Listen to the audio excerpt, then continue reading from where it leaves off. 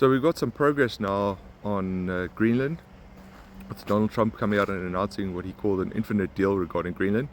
And this is following his meeting with Mark Rutte and others at the World Economic Forum in Davos.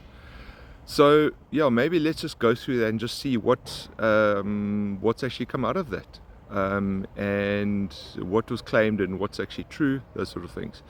So I will start by saying that for the US to take Greenland militarily wouldn't be that hard. I mentioned in an earlier video that the US had mobilized the 11th Airborne, which is the Arctic specialist unit that's located in Alaska.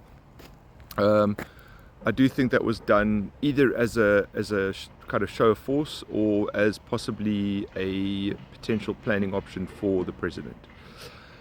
That said, it would be impossible for the US to take Greenland without breaking the very system that made them strong in the first place. So let's go through what was said at Davos and separate sort of fact from fiction. So the first thing was that Trump claimed that the US had given Greenland to Denmark after World War II, which is obviously false. Now, the US never owned Greenland. Greenland's been part of the Danish realm for centuries. And if we look at the 1917 Lansing Declaration, the US said that they would honor and recognize Danish sovereignty over Greenland.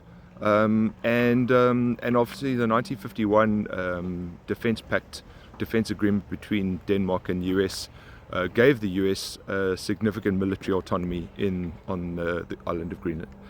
Secondly, he mentioned there that NATO has never come to the aid of the US, or in fact that NATO would never come to the aid of the US, which is simply false, because the US, after the September 11th attacks, is the only country that actually invoked Article 5. And obviously there were a lot of NATO allied countries that sent their soldiers to Afghanistan to assist the US, and they lost their lives there. So there's a lot of, around the world, there's obviously going to be a lot of people from NATO countries who are involved in military operations there, are going to be scratching their heads and saying, well, I was there with the Americans. The third is that military spending. Now, Trump has suggested that the US pays around 75% of NATO costs, which is not the case at all, because the US contributes around 16% of NATO's budget, which is roughly the same as what Germany contributes. So what is this infinite deal likely going to look like? Well, there won't be any sort of sovereignty transfer at all, because obviously this would have to be done with consultation of the Greenlandic people themselves. So what's most likely happened is a reaffirmation of the existing agreements in place, which already gives the US militarily what they actually wanted in the first place. So there hasn't been any change of control. It's just a reminder of what was already in place, which has possibly been rebranded as a strategic win. So another thing that's maybe on everybody's minds is, why didn't Europe push back harder? Why were there not more troop deployments, economic retaliation, dramatic showdowns, those sort of things? And the answer, I suppose, is because escalation wasn't the goal. Donald Trump de-escalates by escalating, and Europe definitely doesn't do the same thing at all. They don't work in the same manner. They perhaps didn't see Trump's Greenland rhetoric as an immediate threat. There was no treaty violation, no breakdown of NATO.